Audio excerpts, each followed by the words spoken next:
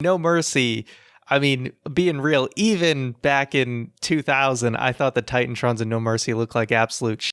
Oh, Like, they were let's be amazing. real. Come on, Ryan. Come They on. They were look so like, bad. They look like absolute diarrhea. They are terrible. It's like 52 by 52 resolution. It's just so seriously. bad. The late 90s were easily one of our favorite periods of all time because when talking about video games, you had the Nintendo 64, the PlayStation 1.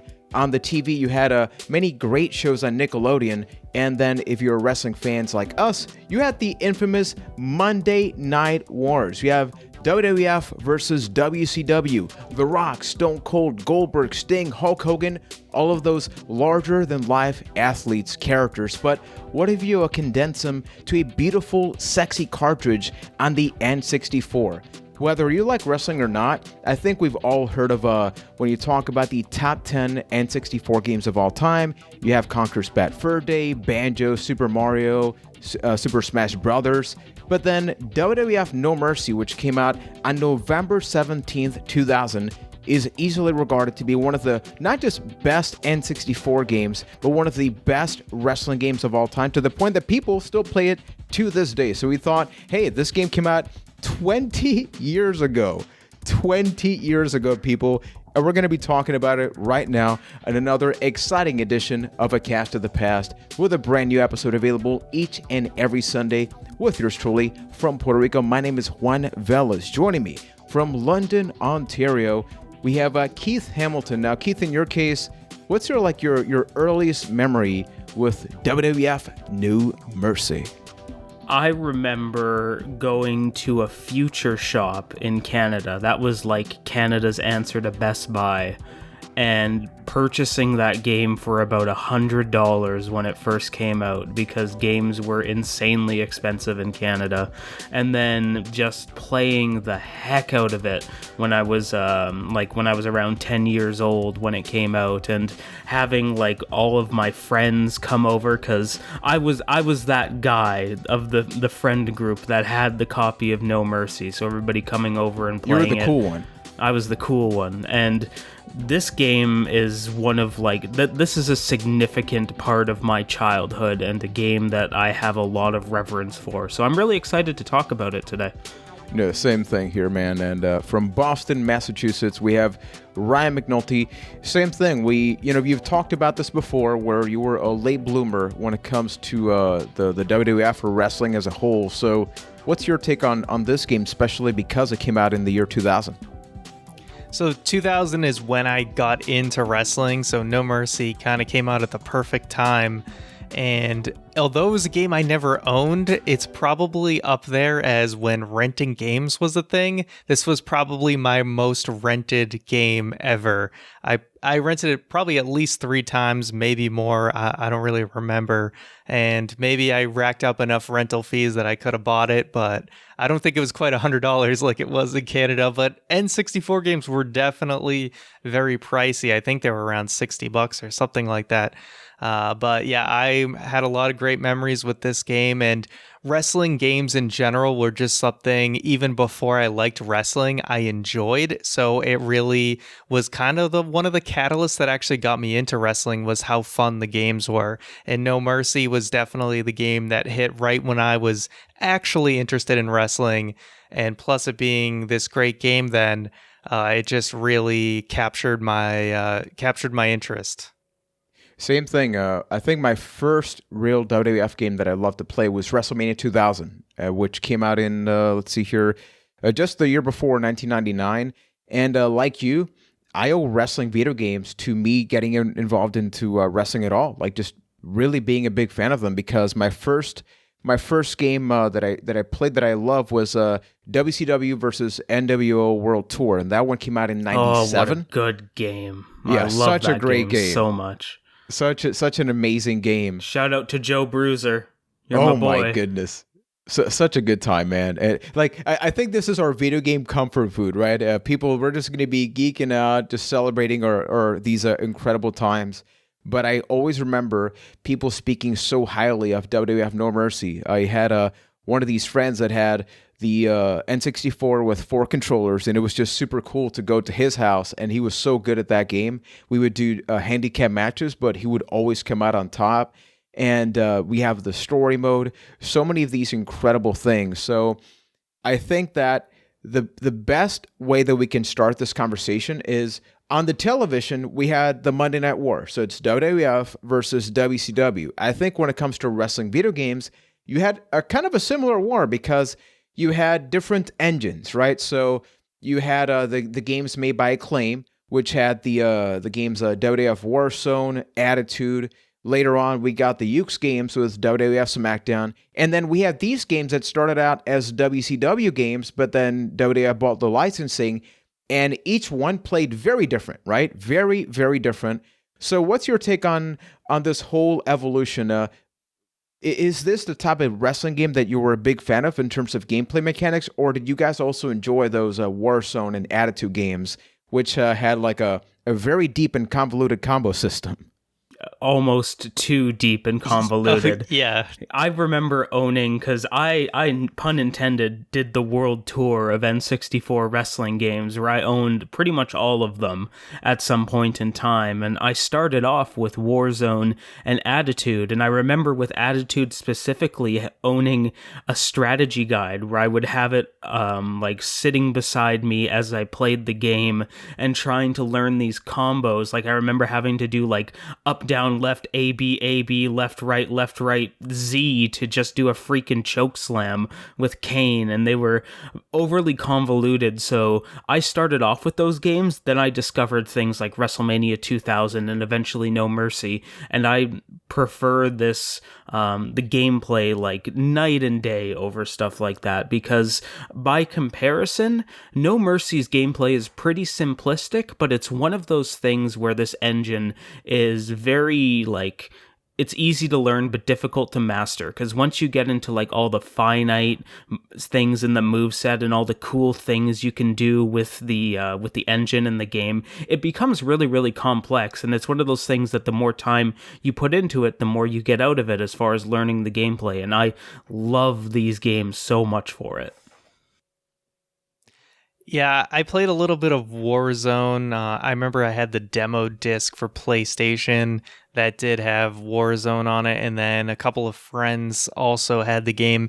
And I feel like they were still trying to figure out wrestling games and how they would, make that transition to the 3D world. And I think they leaned in too much on trying to be a fighting game more than a wrestling game. So that's why we still had these like convoluted combos, like you were playing Mortal Kombat or Street Fighter.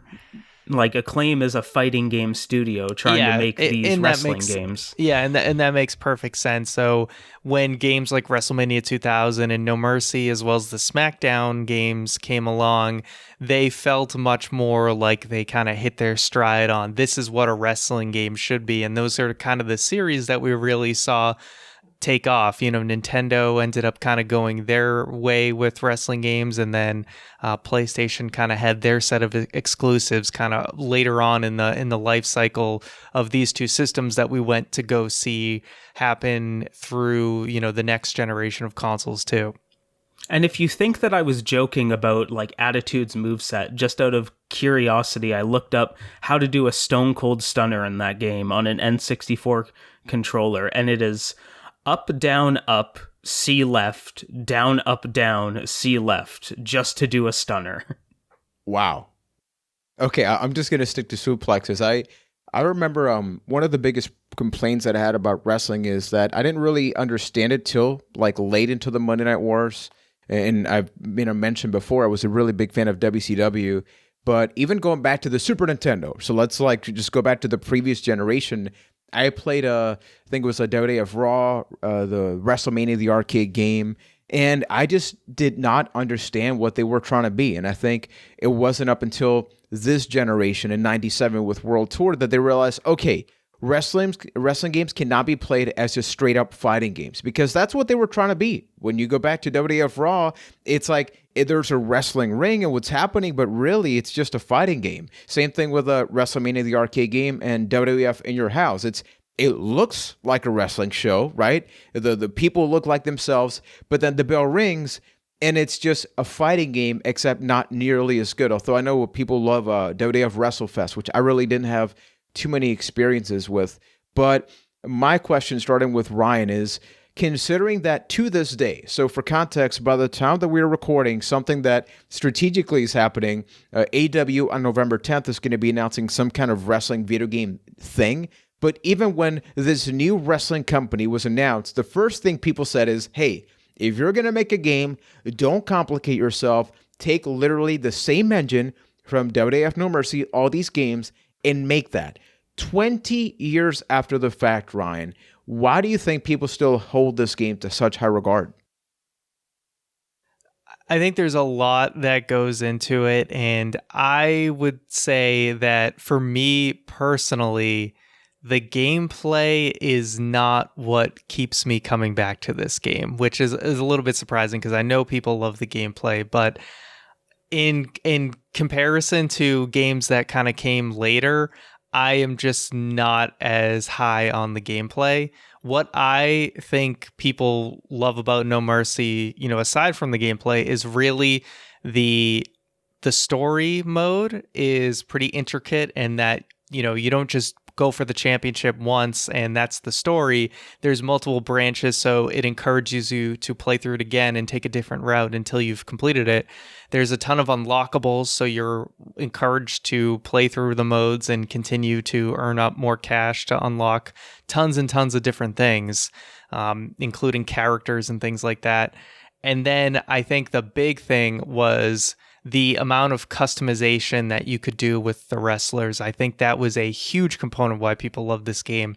If Stone Cold, changes his vest from black to red, well, hey, now I can go in and I can update his vest and make it how, what he wore last night on Raw, or I can create, the fact that you could edit the wrestler to your liking was incredible. And with the amount people change appearances in wrestling, whether they shave, Kurt Angle shaves his head, whatever, and the fact that you could change the hairstyle, all of that was super, super cool. Because like I said, things move quickly in wrestling, and usually by the time a wrestling game came out, the roster already felt outdated. So the fact that you could actually go in there and change things around and try to modernize your roster was a super cool feature that I think was the number one thing that people loved.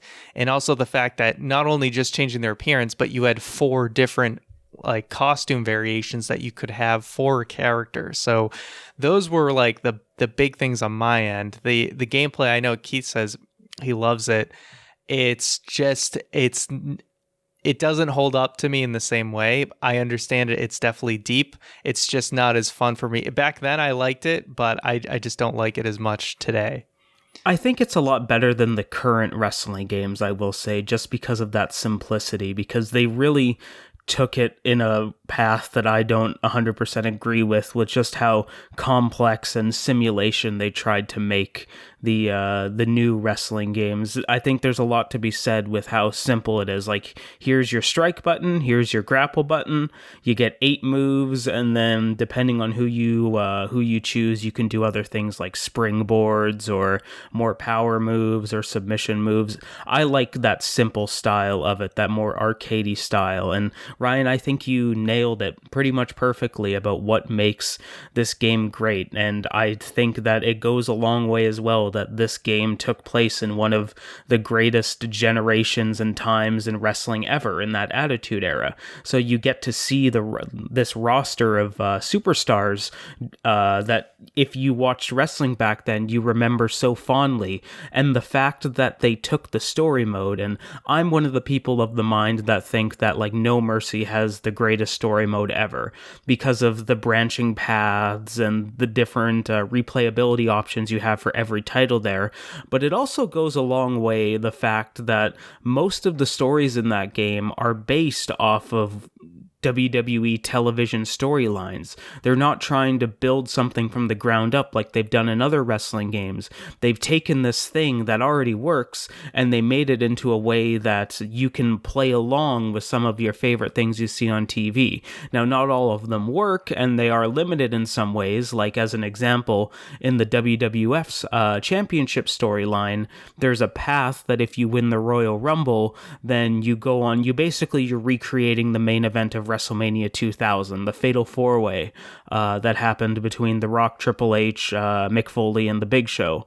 Well, there's a problem with one of those. The Big Show isn't in this game. There was a whole thing of him being like taken off TV and for being overweight, and they cut him out of everything, including this game. Like his model and his like attire are in this game, and you can create him, but he's not a part of the official roster. So what did they do? They replaced him with Steven Richards in that storyline. So instead of facing the Big Show, you're facing Steven Richards. So it's it's a perfect 1-to-1, but there's just little things like that where even though it's a little bit different, they still recreate the greatest era of WWF television, in my opinion. So it's fun to go back and instead of just going on the WWE network and rewatching that episode of Raw, you can kind of do the same thing in No Mercy, but you're doing it in video game form.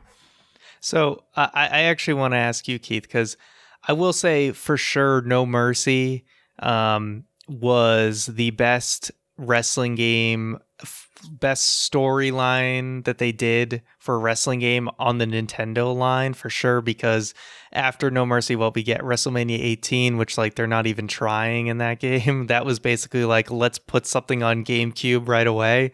And then, we got WrestleMania 19, which also was a good story. But then after that, it was these very linear, like you have to win every single match and the story's the same every time you play it. And the story's kind of just tapered off from there. But do you prefer, so you're saying you kind of prefer the, let's do the hardcore championship story, let's do the Intercontinental, versus when the SmackDown games, like around, they started kind of doing like the Shut Your Mouth, Here Comes the Pain era, where you kind of just play as a superstar and then things kind of branch off just in one mode. It's not always about just one specific championship. I do prefer that for the simple reason of I do think the examples that you brought up are good ones with Shut Your Mouth and Here Comes the Pain, because they do tap into that using real life storylines as well. But when you're playing a game, you always want the biggest reward possible, right? So if you're not limited to just go for whatever, unless you're like a diehard player, you're probably going to go for the WWF Championship every single time. So with this separation, it gives, in my opinion, it gives more weight to everything else. Because if you're going to go for the European Championship and you're going through that story, it makes the European Championship seem more significantly important than it would if you just had it all in one big pool. So I like it better that way, and it gives more room to add different storylines, especially if they do the branching paths like they did with No Mercy. Yeah, it's a good point, because in those games, I felt like maybe there was 3 ways you could kind of go. Especially Here Comes the Pain felt even more condensed. There was only 2 storylines you could go each time. Mm-hmm. And eventually you played through them a lot faster. And eventually it's you'd have the IC title, the hardcore title, and the main title. And you wouldn't even care about the lower championships anymore. All the hardcore championship became was somebody randomly beat you up backstage. I guess I'll play this quick match, and that's it. Yeah. And I think eventually they did sort of go back to this in a different way, where instead of holding storylines based on championships, they would give you 4 or 5 options. So you can do the DX story mode, you can do the Undertaker story mode. So I think they eventually kind of took some of those concepts, but I love the fact that, as both of you mentioned, I think that's something that makes this game very special, is that if you go to the story mode, you can pick any championship and put almost anybody in that scenario, and a couple of things are going to play out differently, but you can customize that. And I think that when you go back to this time period, WWF No Mercy has a cheat, which is it's the Monday Night Wars, right? everybody's over. Everybody loves wrestling. It's one of the most popular things. So here comes a game that functionally is very solid. I've always been a fan of this game mode. I've dedicated a couple of hours to this game before we hit record again. And even though I would like a couple of things to change, I'm not going to say I was sitting here thinking like, oh my goodness, why am I playing this? It was still like super enjoyable. Some of the story stuff is very frustrating because the handicap matches are real, and we are going to get to that a little bit later. But the fact that the presentation of this game, when you look at it, the fact that there's a massive roster, easily one of the largest rosters that we've had in a wrestling game. Same thing happened with WrestleMania 2000. And I feel like you have to talk about that when you factor in the Attitude Era. For the video version, right now we have a triple threat match happening between The Godfather, Steve Blackman, and Steven Richards. And when I think of the Attitude Era, it's like, yeah, there's The Rock, there's Stone Cold, but these are the guys that I really think about. And the fact that this game has such a large roster that if you care about the very tippy top, you have that. But if you also care about those other matches, the hardcore title, how many people, I think especially wrestling fans that dropped off, when you talk about the Attitude Era, I think they'll say, hey, I love Stone Cold and The Rock. Oh, but that hardcore championship 24/7 rule. And this game has the roster, the title, but you also have the backstage areas, which are freaking awesome. So this game, it really does take you back to that time. And I think that's very telling because I've gone back and played other wrestling games, and you can definitely tell, like, okay, they wanted to do something, but they didn't have enough time to do this. They didn't have enough time to do that. The only nitpick I have about this game is that they actually remove something, which is when you look at the entrances, they only walk down the ramp and then it fades out. And there's been mods showcasing that they did actually walk all the way to the ring just up until before the game came out, because even WrestleMania 2000, you could walk into the ring and all of that. But that's like the only thing they removed. But as far as presentation goes, I really don't think you can make a better argument. And, WWF SmackDown came out in March 2000. So WWF SmackDown on the PS1 came out before this game. So even when you think about graphical quality, and I feel like we have to sort of compare both games, right? So WWF SmackDown, it's got a CD. So by default, you have full-on entrance videos, high-quality music. The characters are a lot bigger on screen. And then you have No Mercy that does have some limitations. When you talk about the entrance videos, I personally love how ugly they are. But what's your take on both of these games that came out within the same year? So I remember because I did have a PlayStation and I played the SmackDown games, and I did own SmackDown 2. I remember thinking the graphics at the time were so much better on the PlayStation. And although you can tell the entrances were kind of also lame, in both the entrances I think were lame in the SmackDown games and in No Mercy, to be honest, because when it was like they were just, PlayStation was just flexing that they could show real video, so that they just had the entire stupid video behind them and you couldn't see anything else. So that was really dumb. But then No Mercy, I mean, being real, even back in 2000, I thought the Titantrons and No Mercy looked like absolute shit. Oh, like, they were let's amazing. be real. Come on, Ryan. Come on. They were so bad. They look like absolute diarrhea. They are terrible. It's like 52 by 52 resolution. It's just so seriously. bad. Like, it's embarrassingly bad, and why even have it? Like, cut out the stupid Titantrons and let them walk to the damn ring. I know they were strapped for space there, but seriously. But yeah, when it comes to that, I do think, and I looked up, just looking at a screenshot real quick of SmackDown, the graphics definitely do look better in the SmackDown games, but No Mercy, when it comes to kind of like aging and having kind of a more of like a cartoonish look to it, I think it does look fine. But you can definitely tell SmackDown did a better job if you're aiming for that realism. Yeah, if you're looking for just graphical fidelity, the PlayStation was just a mile ahead of the N64 as far as like wrestling games. But I think the N64 games, and I'll throw almost all of them into this, really just make up for it in gameplay, because especially going back to the SmackDown games, I find it a lot harder to go back to opposed to the N64 games, just because it's so fast and so loose, and I don't think they play all that great. Where if you were looking for the gameplay side of things, that's a win on the N64, no question. It's interesting because when it comes to the gameplay, I feel like the Nintendo line of games, so WrestleMania 2000 all the way through like the GameCube games, it always felt like it was more interactive, right? Like when The Rock does the people's elbow, like you're the one running like into the turnbuckles to do it. You can do the worm as Scotty Too Hottie. Exactly. Oh, that's like the best. You like the worm, like it felt more like you were doing the worm. Whereas like the SmackDown series loved their super long animations where, okay, the people's elbow, I hit like L1 and now I sit here and I watch him do the whole thing, where it felt just more like you were, it was more immersive the way that you did the moves in Nintendo games, including No Mercy. Like doing the 3D in No Mercy, like if you and your buddy were able to pull off doing a 3D with the Dudley Boys, it felt so satisfying. But then the 3D was just like a lame animation in the SmackDown games. Like it was like, oh, okay, like we have to tag in together. Like I have to put him in the corner and hit circle left and then we'll do the 3D or something. It just didn't feel the same, as like it wasn't as much of an achievement as it was with No Mercy.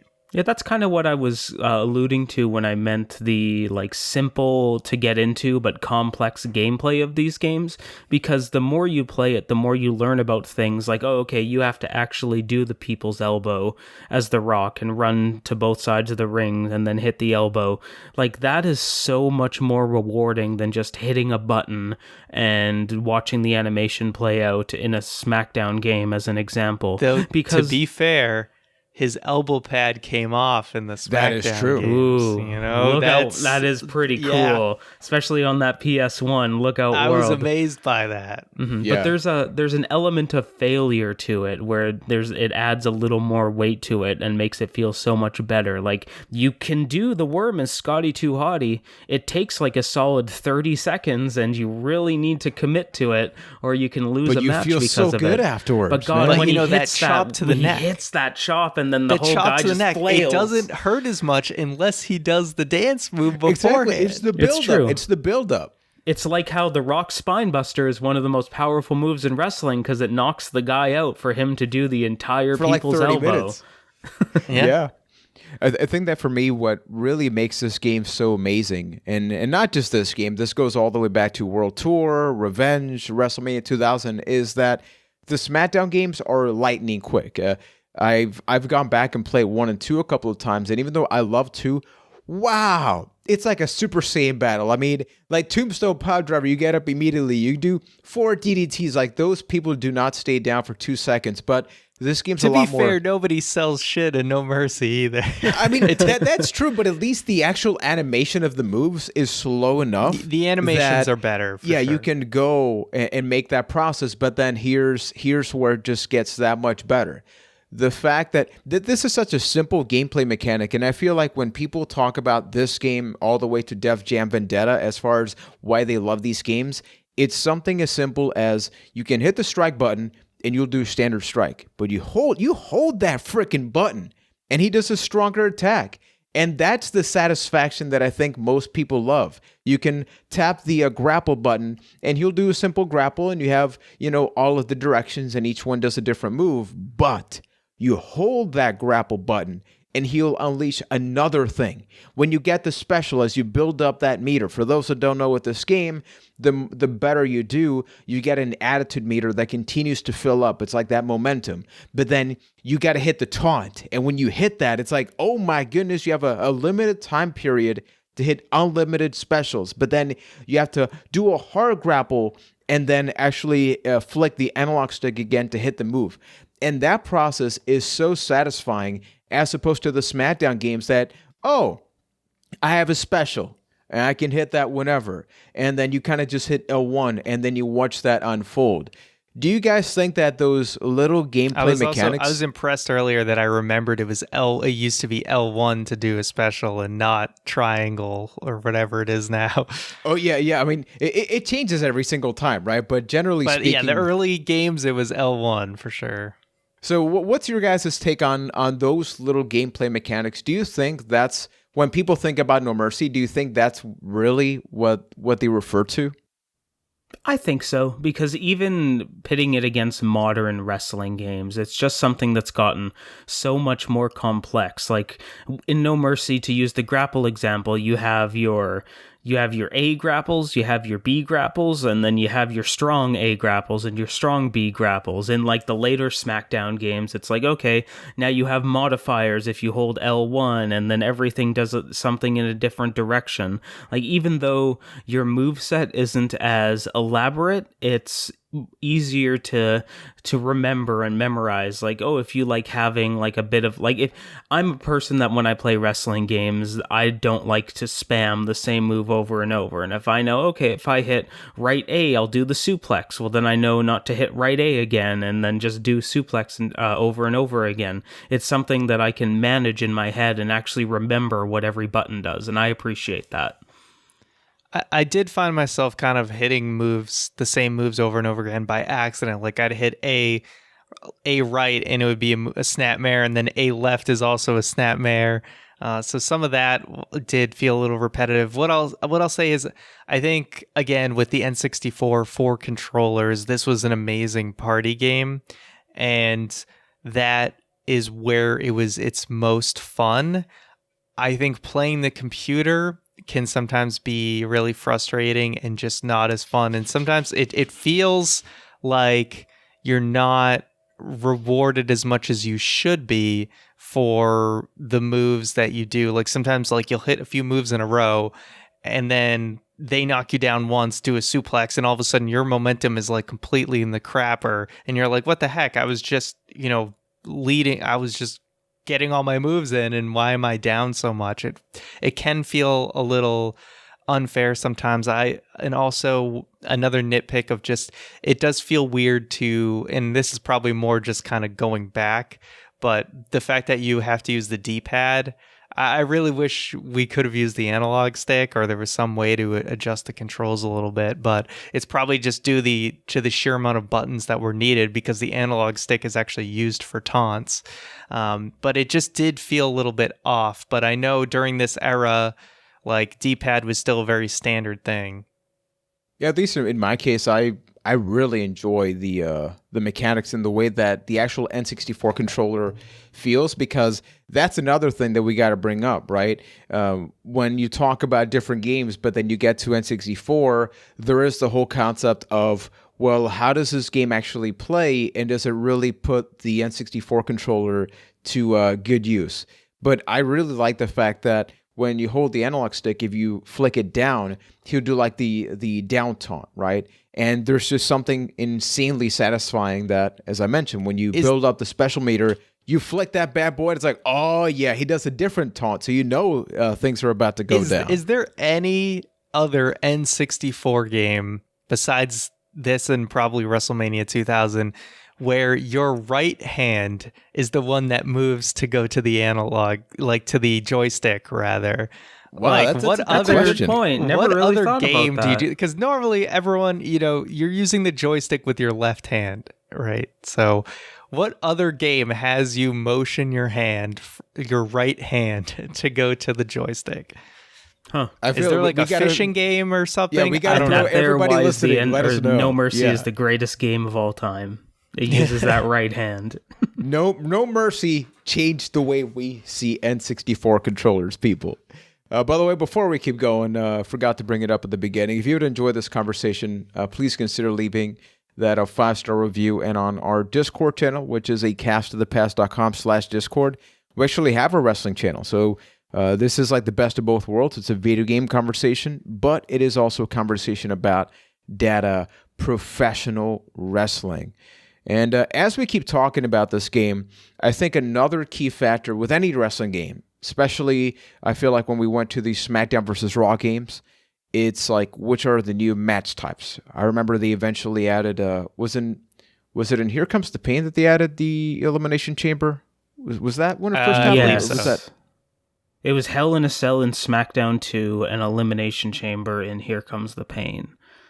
So that's been the whole process, right? I feel like this game, when you look at the match types, it's a little bit more limited, right? So in exhibition mode, you have your traditional one-on-one, tag team match, triple threat. There's a cage match.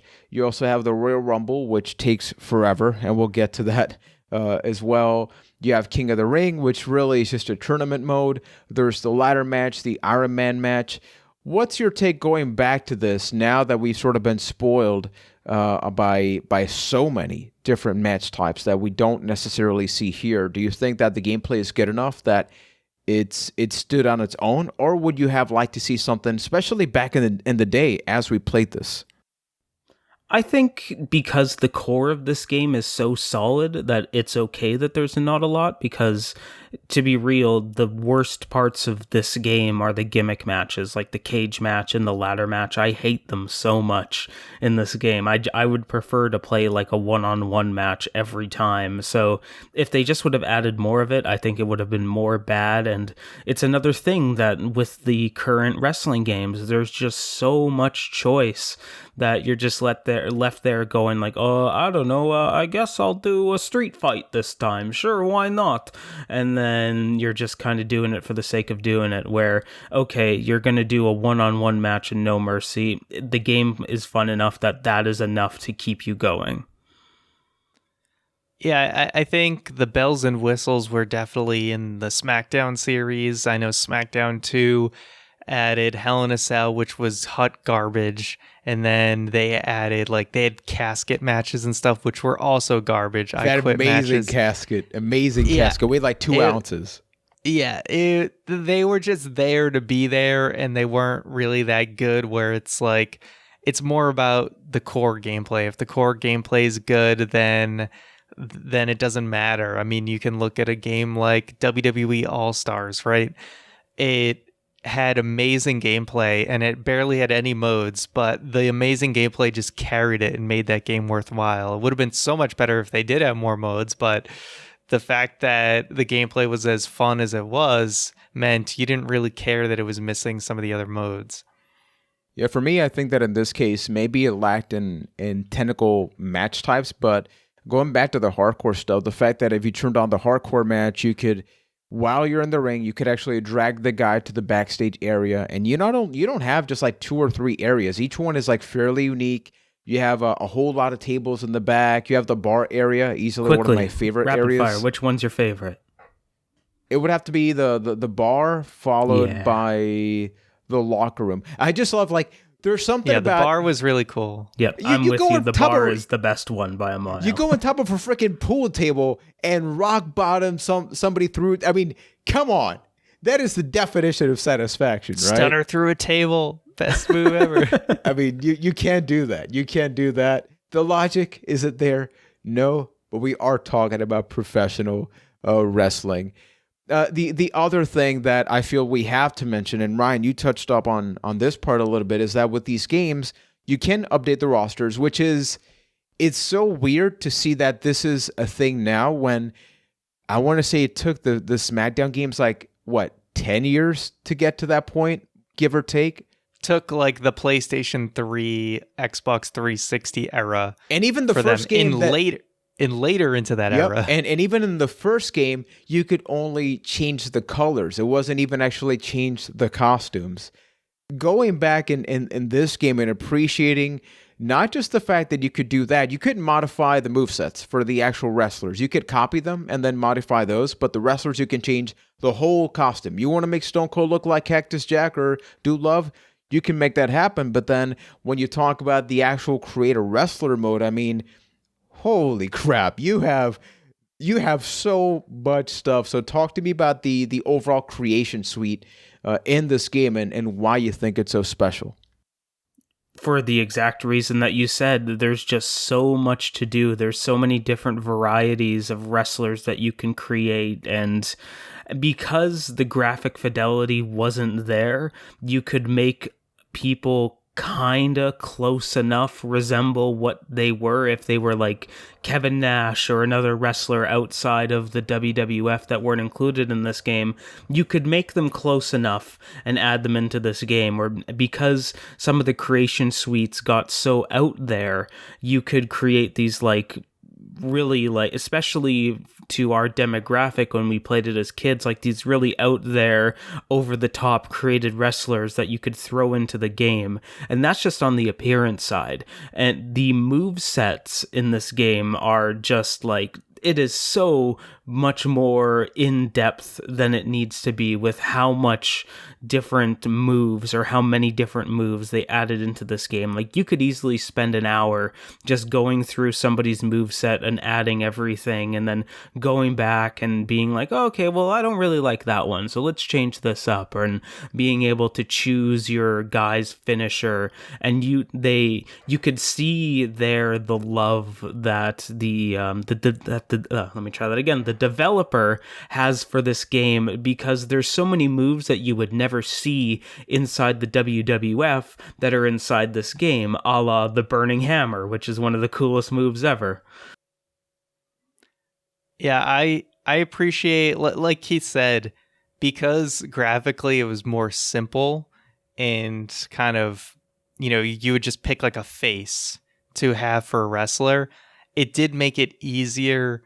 And because, the graphics are a little bit worse, it was just like, it was easier to make someone that looked just enough like Kevin Nash or whatever that it was passable and it was fun to kind of have them in the game. So the simplicity of it really made it not this daunting task to add to your roster, so that you could have people who, if, someone came back that wasn't in the game, it was easier to kind of implement them into it and have them look good enough. Like, the assets for Big Show were already there, but other wrestlers that came later that maybe didn't make the cut for the game, it was much easier to kind of have them on the roster.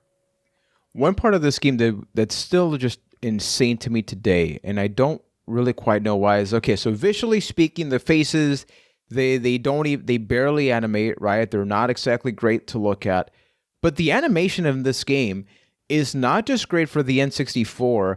I remember that even during the SmackDown versus Raw games, people would still use No Mercy as a comparison for saying, hey, these moves look so fluid, yet the SmackDown games, a lot of times it's like even a power bomb, it looks stiff. You could tell that it was computer animated. I don't know how they did the motion capturing with this game, but what's your guys' take on just how the actual moves look and the impact that they really look like they have? The stunner still looks damn good. Oh, it's easily the best stunner in video games. And it was great that at the end of a match, it would go into replay mode. Because I remember my friend and I, after you'd win a match with Stone Cold, we just watched the stunner animation over and over again. And it still does look good. I mean, I'm sure now today, with the amount, you can do 60 frames per second, whatever, the stunner's going to look better. But it was very, very, very impressive for its time. Mm-hmm. I think it comes down to the weight of all of the animations. Like in the SmackDown games, it felt more like you hit this button and now we're rushing you through this thing that we have pre-canned. The stunner and like big moves in this game, they have a certain weight to them where you can feel just how much they hurt. That just doesn't exist in other wrestling games. That's probably one of the main things, because at the end of the day, wrestling is all about the spectacle, and you can have things be in a wrestling ring. Like I remember, I think it was like SmackDown versus Raw, the very first one. They changed a lot of the way that the animated games, and I think even WrestleMania 21 on the original Xbox. That's one game that people hate because it was bugged and plagued from the beginning. It was bugged as hell, but one of the biggest complaints that people had is you get into the match and these moves don't feel like they were performed by wrestlers, and the way that the mat actually responds. And it's those little things, because look, at the end of the day, all these animations, they just cause damage, right? So hypothetically, you could just do the basic move and eventually either Ryan or myself will win, right? So you got to make them look good in order for you to select that. Like, both of you mentioned the people's elbow. I remember in SmackDown games, if somebody, say we were doing like an elimination match, if one of the CPUs started doing the people's elbow, I'd just be like, oh man, I got like 30 seconds to either take a break or try to beat the other guy, because I know nothing if it's can a be fatal interrupted. four-way, that was another thing. Yeah, if you were locked in an animation, you were screwed. So if someone it's a fatal four-way, first pin wins. Someone does the people's elbow. Oh, you could just do your like quick finish or do a quick stunner to this other guy, pin him and win, because they're still stuck in that animation. And there was no way to interrupt it either or cancel. So exactly. So if you're going to do disadvantage. that, you got to make it look good, right? Like, what is my justification as a gamer to be like, oh man, I got to choose the people's elbow. I got to choose this and that. Now, as wrestling fans, talking about No Mercy in here, who's your favorite character to play as, whether it be back in the day or now? It's like you went in, and I feel like we all have that one wrestler that our body just says, like, I got to go with you. Who's that guy for you guys? I have two options here. I will always go to play Triple H because he was my favorite wrestler from back in the Attitude Era. Or if I'm going for gameplay, I will go as Perry Saturn because he is busted as hell in this game. And that Ring of Saturn is so good. And not just that, but his like strong strike is like a sweeping low kick, and you're unbeatable in Royal Rumble survival mode. Yeah, I was gonna say that's what I would always do as Royal Rumble is you play as Perry Saturn and you just hold those buttons down and then you just sweep win. Kicks everyone. Yeah, it was amazing. But Stone Cold was one of my go-tos more recently, and a lot of times because the stunner animation was amazing. But I did play as Jeff Hardy a lot back in the day because he was the Hardy Boys were my favorite wrestlers to watch. So, and Jeff with the Swanton was fun to do. Now, more practically, it's much harder to do like the top rope moves and stuff. So doing a Swanton was a little difficult, but it was super fun to play as him. And one thing that, I just want to say quick, one thing that really the story mode in this game plays to is the fact that you're going for these mid-card, lower-tier titles and not just the main title every time. It almost incentivizes you, or the wrestling fan part of your brain, to play these different people that you wouldn't if you wouldn't have normally. If you're going for the European Championship, there's really no reason to play Stone Cold Steve Austin unless you just want to blaze through it. I still did Triple H for the hardcore title, so I was doing it was like Funaki versus Triple H. Of course. That's what happens. No, man, I'm happy you brought up Jeff Hardy, Ryan, because I did the hardcore title. I did that and the light heavyweight stuff, and I played a lot as Jeff, and there's something just so insanely satisfying about hitting the twist of fate, but then doing the Swanton. And they do this animation. They're like a fish out of water, just the way they react, kind of like when you hit the worm. It's and like a getting massive that 3 damage count thing is so good. Yeah, and then another little thing I just remembered is you never quite know when you're gonna win this match. I feel like if you go for a while, it's pretty obvious, right? But the one thing that I'm like, from a game design standpoint, is genius is the actual crowd. So when you're pitting somebody at the beginning, you'll hear the referee count, but not the crowd. But then as you keep playing, when you're eventually getting into those really deep pinfalls, the crowd actually starts also chanting 1, 2, and if somebody kicks out, you're like, what the hell? Because even if unless you're like in the danger zone, there's still like that small percentage that they may kick out. What's like your satisfying feeling when you actually do get that 3 count? I feel like this game, as opposed to a lot of other wrestling games, just makes you feel so good when you eventually get that victory, right? It does for sure, although the count 2 always seems weird. It feels a little awkward, and I'm guessing just to save space. Who says count 2? Yeah, because of memory issues or things, that's why there probably wasn't a referee in the ring. It is kind of just like it's like a man in the sky is the referee he was a the GIF matches. In the previous games, so he got an upgrade. Yeah, it's true. It's better than having it be like a JPEG in the corner, but true. it was nice that was kind of a thing that became more standard later. But yeah, I think it is definitely more like ambiguous when a match is going to end, because you can just hit like a finisher and you hit a finisher once and it is a match over a lot of times. But if you are playing as like two top tier wrestlers, it is sometimes more likely that they will kick out even if you hit a finisher early. But I do like that there is some ambiguity to it. It's not like completely obvious when someone's going to lose. So it does make matches a little bit more dramatic in that way. Mm-hmm. It's that just 1 out of every 10 times that they do kick out when the crowd's chanting along with it, then you get that count too, and it just like it takes you out of that comfort zone of thinking that you know all of the mechanics of a game, and it just does that so well combined with the weight of everything in that game. It's time, people. We talked about the gameplay, talked about the graphics, the roster, Monday Night Wars. If there's one thing that actually matters about this game, it's none of that crappy ass stuff. When you get to the menus, Keith, build up. You know exactly where I'm getting, man. So just unleash, like, what is this beautiful, defining thing about WWF No Mercy? Well, I mean, hot diggity dog. Should we just take like the next 30 seconds to just yell things from the menu music? Break it. Oh, Socko. This is where people can make a soundboard. Diggity dog. Oh, it's so good, right? It's so freaking good. that laugh was just like. Did Tim Allen lend his voice for that? Oh. Wow. Talk to me, Keith. Why do you think such a simple ass song? Because it's the N64, right? So they can't have like a 30-second loop.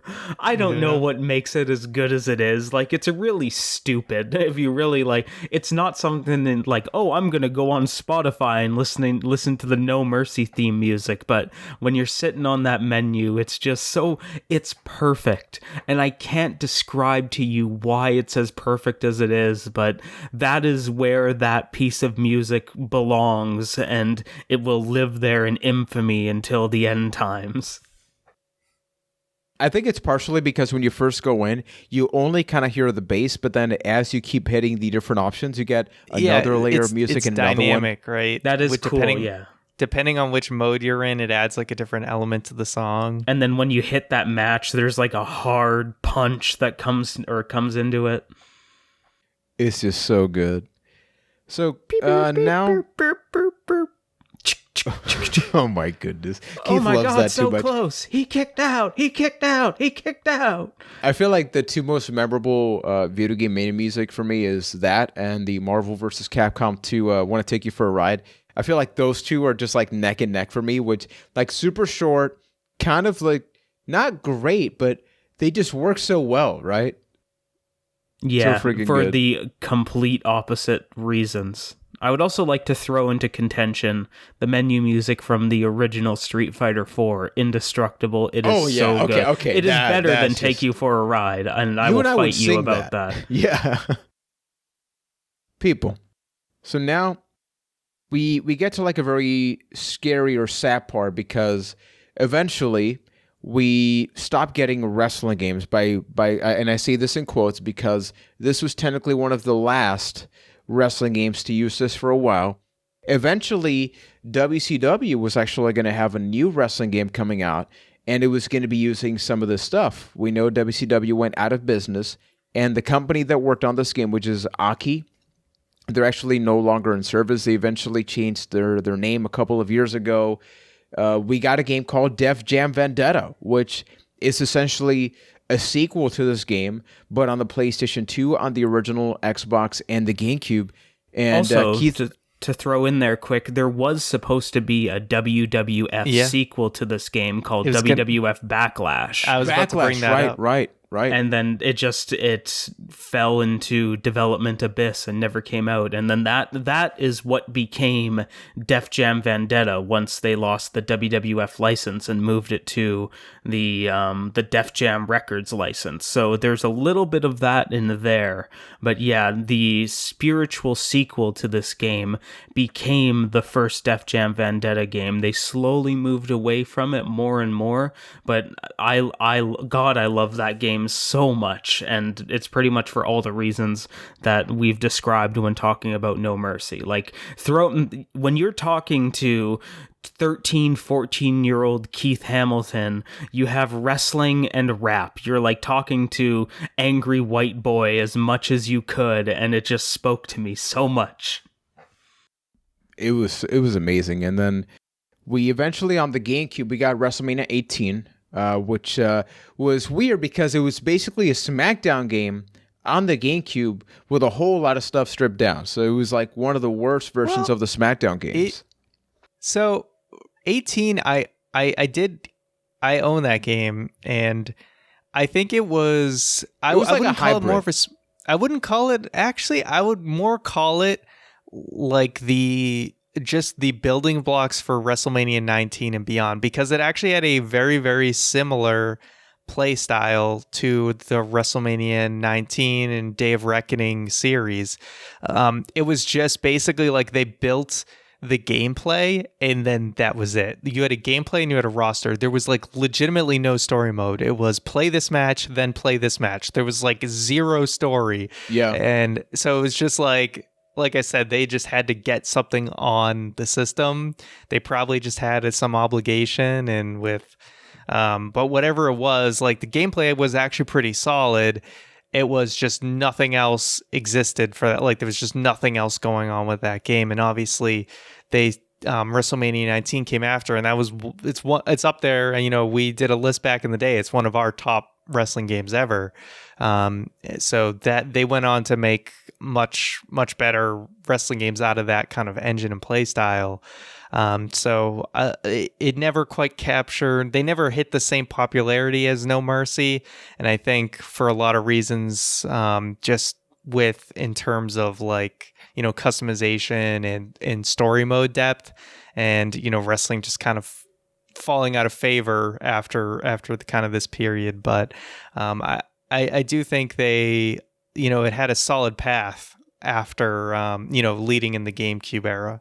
Yeah, Day of Reckoning 1 got very close, and I would put those games closer to the No Mercy lineage than I would the SmackDown games, because there is, even though they didn't have the same weight that we've been talking about with No Mercy, it had the same kind of impact because the moves were interruptible and it wasn't just a canned animation. So this is personal preference, but I kind of like them more than the SmackDown games, the GameCube lineage. Yeah. No, I actually want to take a quick second and talk about that evolution of the GameCube games because of that. Because WrestleMania 18, when I said it took a lot of the SmackDown games from an animation, I feel like that game just lacked identity because a lot of the animations were from SmackDown games. Like you look at the suplexes and all of that, and they're just straight ripped. But the way the game feels, you could tell they didn't want to commit. They didn't want to say, oh, this is going to be SmackDown Light because, this is where we had the console wars with like Xbox had the Raw games and then the PS2 had SmackDown. So what did GameCube had? It didn't really have anything yet. So they kind of took the animations of SmackDown games and kind of did like a sequel to No Mercy, but not necessarily. And as Ryan mentioned, then we got WrestleMania 19. Oh, and even graphically, like you look at WrestleMania 18, 19, and Day of Reckoning and 2, it's like 4 different games. I guarantee you could tell somebody those are games from different consoles and they would believe you because the art style and the aesthetics changed so much. And as Keith mentioned, then after WrestleMania 19, which had a more cartoony art style, we got Day of Reckoning 1 and 2, which those games I really do feel became the sequels to the No Mercy games. And taking it to you, Ryan, because out of the three of us, you probably spent the most time playing Day of Reckoning 1 and 2 because rest in peace, CWE. Yeah, exactly. Like for a quick history lesson, So Ryan, this is way too long for this podcast episode, so we could bring it up at another point. But long story short, Ryan produced a cartoon wrestling show simulating the matches in multiple wrestling games, but a lot of it was spent in WrestleMania 19 and Day of Reckoning. So from a gameplay side of things, he spent hundreds of hours, I'd almost say, between like the creation tools and actually playing it, considering the fact that those games are in many ways the spiritual successors to No Mercy. Why do you think people didn't quite catch on, even though they were technically being given somewhat of what they were being asked to get? I think there's a number of reasons. No Mercy was hitting right as wrestling was just about to fall out of its boom period, right? It was still really popular in 2000, but it kind of peaked around 98, 99.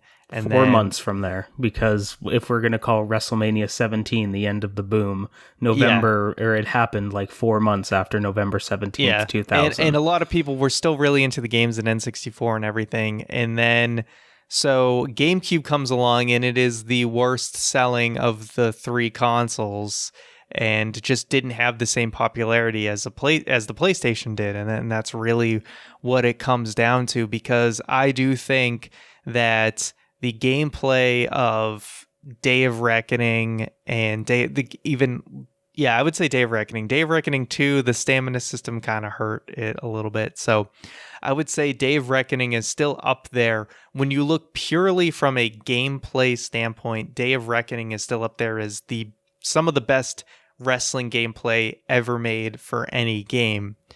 The problem with Day of Reckoning is the story mode is you play it once and forget it and never play it again. And it's a little bit limited on match types. So unless you are doing something like me where you're creating this cartoon wrestling league like I did way back in the day, there's really no reason to play it other than with your friends. There's no replayability with anything else in the game. And that's what No Mercy had in spades, where there was so much to unlock and there was so many reasons to go back and replay the story modes, and it was a great party game on top of that. They lack that in Day of Reckoning. There's no backstage areas. There's not much unlockables. I think there was some legends to unlock, but other than that, it was like there was no other reason to replay the story mode or anything like that. So No Mercy just had the gameplay element plus the story mode plus the unlockables plus the party mode like kind of aspect to it, and plus the wrestling, attitude era wrestling popularity and N64 being more popular. So it's all these things kind of converging into one. I'll take Day of Reckoning gameplay over No Mercy any day, in my opinion. But if you're going to look from a complete game standpoint, No Mercy does have the edge. And you also have to kind of factor in the fact that the SmackDown games had established a foothold on the PlayStation at that point that just didn't exist when No Mercy came out. Like, yes, SmackDown 1 was there, and I think SmackDown 2 was right around the corner, if not out. Yeah, they came out within the first year. That No Mercy was there, but by the time games like WrestleMania 19 and Day of Reckoning came out, you had your Shut Your Mouth, you had Here Comes the Pain, you had SmackDown versus Raw right around the corner. Like, there was a foothold on the PlayStation that just didn't exist. SmackDown had built up a reputation as like a series. By the time we get to PlayStation, good games. Like, Here by the time Comes we the get Pain. to PlayStation 2, we're already on the third SmackDown game, whereas the Nintendo line was always changing its name, so it never built up like a reputation like a Madden or something. It was always like you got WrestleMania 2000, then you have No Mercy, then you have WrestleMania 8. It's like they tried to go to the WrestleMania route again. You had WrestleMania 18 and WrestleMania 19. And then 21 on the Xbox. Yeah, and then 21 goes to Xbox. Then they go Day of Reckoning 2, and then it all got abandoned when they all kind of converged into SmackDown versus Raw. And now we just don't have that anymore. And that could be a whole discussion on its own about when each system, including Xbox, had their own wrestling games. And that would be fun to look back on. I think that the positive thing is when it comes to wrestling games, there's so much meat on that bone that we could talk about, because Like, think about the fact that here we're just kind of glancing over this. I think another thing to add to both of your conversations is that the N64 had this identity crisis with the wrestling games, because think about the fact that this is the same gameplay essentially as WCW NWO Revenge. So it's a very rare thing that two different companies, it's like, hey, now I got your thing and I'm just going to basically character swap out. Obviously they added more stuff, but it's still the same. But in the period from 97 through 2000, how many wrestling games that we got, as opposed to what both of you mentioned, when SmackDown came out on the PS1, that was it. It was defined. Like, the PlayStation became the SmackDown machine. And I feel like that's why when we eventually got to Here Comes the Pain, that's a really good reason why Here Comes the Pain and No Mercy are regarded to be two of the greatest wrestling games of all time, because they're a complete package. Both have a lot of backstage areas, a lot of branching paths and storylines. Differently, they're not the same. They have a large enough roster. The gameplay is solid enough. SmackDown has a hell of a lot more match types, so I think that's why SmackDown is taking somewhat of that edge, to the point that now Here Comes the Pain is becoming a pretty expensive game. You know, the wrestling games kind of fall. Yeah, wrestling games kind of fall under that sports umbrella where you can buy a game for like $5 or something. But right now, Here Comes the Pain complete in box, that CIB, Ryan, is like $40 to $60, which is insane. Damn. Because wrestling games is like scraping, and I say this as a wrestling fan, it's usually like scraping the bottom of the barrel, so it's a very disappointing thing. Keith, do you own a CIB copy of Here Comes the Pain, Keith? I actually do. It's sitting in a box somewhere in my basement. Come on, man, you gotta put the damn game out of the box. No, you gotta let it breathe. No, it's just a box filled with old games I like. There's no rhyme. I think it's in there with my collector's edition of Metal Gear Solid 4 and Kingdom Hearts 2. Keith, I'm going to bring this over to you, man, as we begin to wind down the podcast. You know, we always talk about the legacy of a video game or a movie. I think that very few games and movies are significant as this, because 20 years... and people still, not on a weekly, on a daily basis, you go on Twitter, you go on Facebook, you go on YouTube, people are still putting out videos about this game. There's a super active community. Right now, you can download a complete reskin of this game with a 2020 updated roster of All Elite Wrestling, of WWE. So this is not even just nostalgia talking about. People have done a move mod. So if you want to add the F5 and the 619, that is an option on PC. What do you think the legacy of WWF No Mercy is, and why? God, that's a really hard question, just because there's so much there. If I'll try, but I Go think for it. You can do it, man. The No Mercy set a bar so high when it comes to wrestling games, almost kind of like the Attitude Era, that it's just created this like almost black hole or void that everything is going to be compared to it, but nothing has achieved it. Whether that be through the lens of nostalgia, or it's one of those things where you had to be of that generation to really enjoy it. No Mercy is so good, and it is something that you can pick up and play like we did 20 years later and still have a great time doing. I think it's the greatest story mode of any wrestling video game ever, and nothing has come close to even like being in the same ballpark as it. And the fact that they were able to create this like amazing thing that just hasn't been able to be touched is what that legacy is. It's amazing, the fact of there has been it's probably close to hundreds, at least 100 wrestling video games that have come out between now and November 17th, 2000. And just that they were able to create this game that just hangs above all of them. And that's what, like, it's going to be, even if something comes out later that ends up being better of it, or it captures the spirit enough to modernize it. It's this thing where it held this wrestling video game championship for this amount of time, and I think it will be remembered for that, as just being a game that was that good for that long, because that doesn't really exist in any other genres, just because genres, like other types of video game genres, are so derivative of themselves, and like just build upon themselves. It's really difficult to see something that isn't overshadowed by something that's come out 20 years after it, but somehow there's this piece of wrestling video game history that lives on the N64 that's managed that. And I know it's not every genre. You could find a few that there's games that.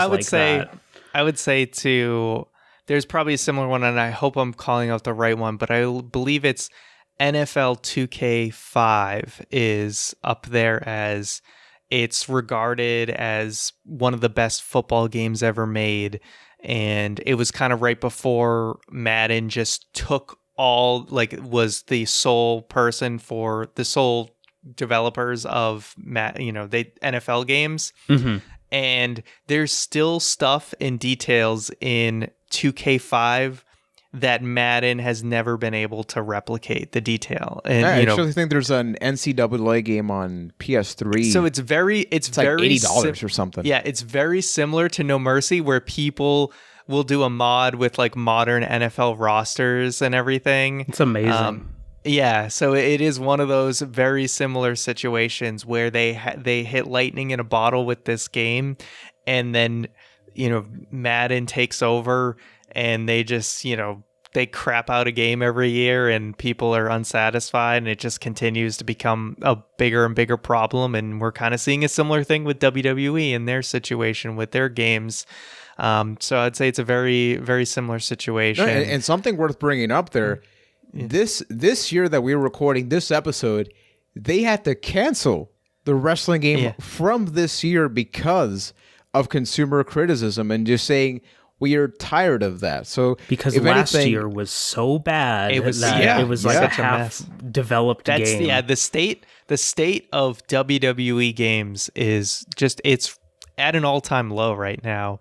And the legacy of No Mercy, I think, is it's set, as Keith said, it really set the standard for what a quality wrestling game is.